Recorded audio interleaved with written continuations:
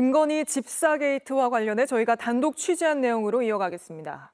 김건희 특검이 도피성 출국을 한 걸로 의심되는 집사 김예성 씨뿐 아니라 그 배우자 역시 피의자로 입건하고 출국 금지했습니다. 집사 김 씨의 회사가 대기업들로부터 투자받은 184억 원 중 46억 원이 바로 김 씨 부인이 유일한 이사로 있는 회사의 지분을 사들이는 데 쓰인 겁니다. 특검은 이 회사가 집사 김 씨의 차명 회사라고 의심하고 있습니다. 먼저 연주한 기자의 단독 보도입니다. 김건희 일가 집사 게이트 수사에 본격 착수한 특검이 핵심 인물 김예성 씨의 부인 정모 씨도 피의자로 입건하고 출국 금지 조치를 내린 것으로 확인됐습니다. 현재 한국에 머무르고 있는 걸로 보이는 정 씨는 김 씨가 베트남으로 출국한 상황에서 수사의 중요한 돌파구인 셈입니다. 2023년 6월 대기업들은 사모펀드를 통해 김 씨가 몸담았던 회사 IMS 모빌리티에 184억 원을 투자합니다. 당시 누적 손실 346억 원의 IMS에 투자한 곳은 한국증권금융, 카카오 모빌리티, HS 효성, 신한은행, 키움증권.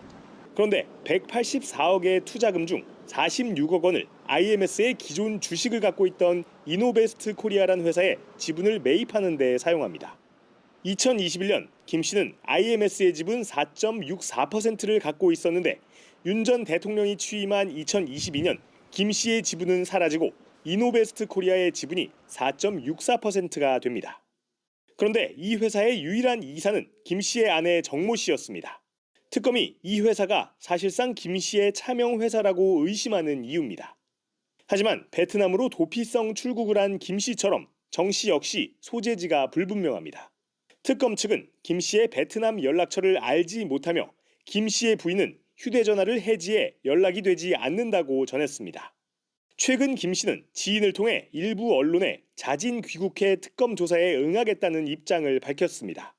오늘 특검은 귀국 의사를 김 씨가 직접 밝히라고 했습니다. 특검은 현재 김모 씨로부터 직접적으로나 간접적으로 출석 의사를 전달받은 적이 전혀 없습니다. 또 김 씨가 빠른 시일 내에 연락해 온다면 언제든지 정해진 법과 절차에 따라 수사를 진행할 것이라고 했습니다.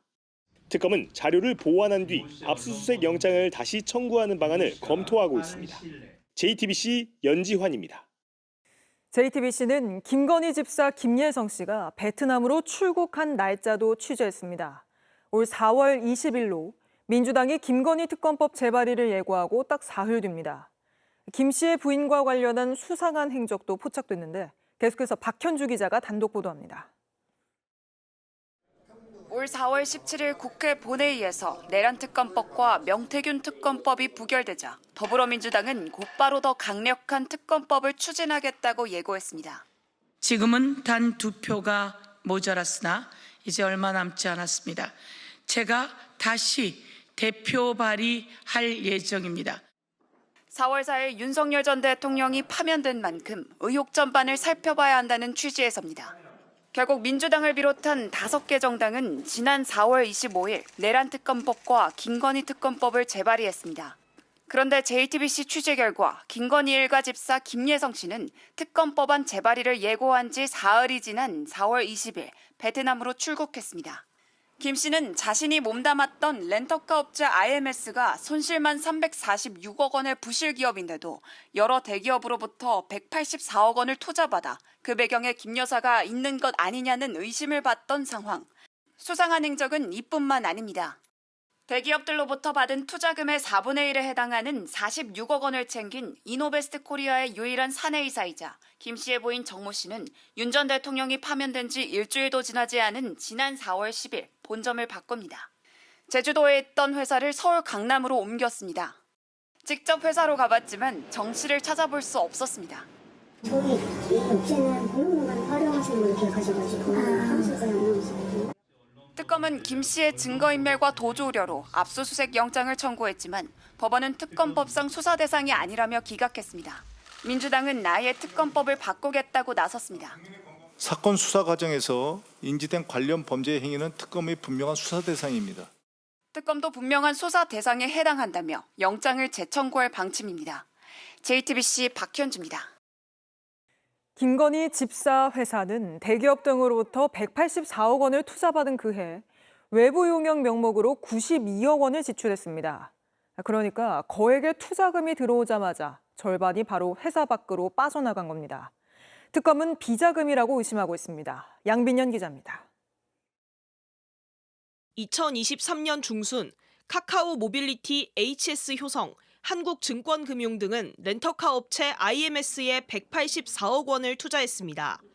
자본금 3억 원, 누적 손실은 346억 원인 부실 기업이었습니다.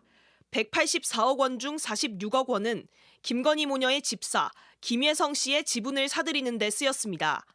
투자금 중 138억 원만 회사로 들어온 겁니다.